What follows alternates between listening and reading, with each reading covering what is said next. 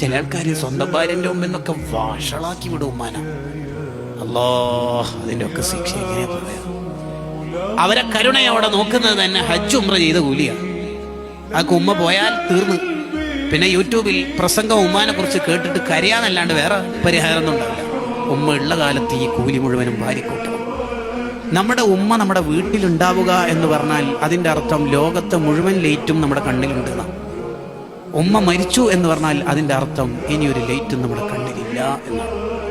വീട്ടിലെ CFL ഓഫാക്കി എന്നല്ല, സൂര്യന് അസ്തമിച്ച പോലെയാണ്. ഇനി ഒരു പ്രശ്നം ആരോടെ പറയാ? ഒരു തണുപ്പുള്ള കൈ നമ്മുടെ നെറ്റിത്തടത്തിൽ വന്നിട്ട് പേടിക്കേണ്ട മോനെ, ഉമ്മയില്ലേ മോനിക്ക്, ഇങ്ങനെ പറയാൻ ഒരാളുണ്ടാകുന്ന അത്ര കാവൽ നമുക്ക് വേറെ എവിടെ കിട്ടും? വേറെ ആരോടാ ഇത് പറയാ? പനിയൊക്കെ വന്ന കാലത്ത്, കുഞ്ഞിളം കാലത്ത് ഉമ്മ ഇടക്കിടേ വരും നമ്മുടെ അടുത്ത്. നെറ്റിയിൽ ഇങ്ങനെ കുറവുണ്ടവന് അന്ന് രാത്രി ഒരു തരി ഉമ്മ ഉറങ്ങിയിട്ടുണ്ടാവും. അതിന് ഉമ്മക്ക് ഉറക്കം കിട്ടും. സ്കൂളിലൊക്കെ അയക്കുന്ന കാലത്ത് ദോശയൊക്കെ പാചകം ചെയ്യുമ്പോൾ ഒരു ദോശ ചുട്ട് വേഗം നമ്മുടെ പ്ലേറ്റിലേക്ക് ഇട്ട് ദമോനെ കറി ഒഴിക്ക്.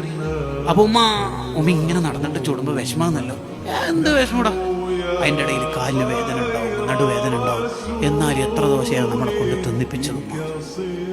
എന്നിട്ട് കളിച്ച് ഗ്രൗണ്ടിൽ നിന്ന് വരുമ്പോൾ ഉമ്മ തിന്നാൻ വിചാരിച്ച് 2 ദോശയോ പത്തിരിയോ പത്തലോ അവിടെ ഉണ്ടാവും. ഉമ്മ കുളിച്ച് വൃത്തിയായി അടുക്കളയൊക്കെ ഒന്ന് ശരിയാക്കി പാത്രമൊക്കെ കഴുകിയിട്ട് തിന്നാം 11:30 എന്ന് കരുതുമ്പോഴാണ് നമ്മൾ ഗ്രൗണ്ടിൽ നിന്ന് വന്നിട്ടുണ്ടാവും. ഉമ്മ എന്തെങ്കിലും തിന്നാനുണ്ടാവും? ഉണ്ടല്ലോ, ഫുഡുണ്ടല്ലോ.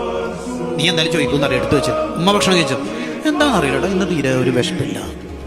ഇതിനെന്താ പറയേണ്ടത്? സത്യം പറഞ്ഞു എന്നാണോ, കളവ് പറഞ്ഞു എന്നാണോ, സ്നേഹിച്ചു എന്നാണോ? വാക്കുകൾക്ക് അതീതമാണ് ഉമ്മ എന്ന 2 അക്ഷരം. വ്യാഖ്യാനങ്ങൾക്കും അപ്പുറത്താണ് ഉമ്മ എന്ന അക്ഷരം തന്നെ. ആ ഉമ്മ എന്ന പദത്തിൽ തന്നെ ഒരു ഉമ്മ വയ്ക്കലുണ്ട്. കൂട്ടുകാരെ, എന്നെങ്കിലും ഉമ്മയുടെ ഒരു മാക്സി നമ്മൾ ഇറക്കി കൊടുത്തിട്ടുണ്ടാവോ? ആൺപിള്ളേരോടാ ചോദ്യം. ഉണ്ടാവോ? ആ ഉമ്മാന്റെ മുമ്പിൽ നിന്ന് ശബ്ദം ഉയർത്തരുത്.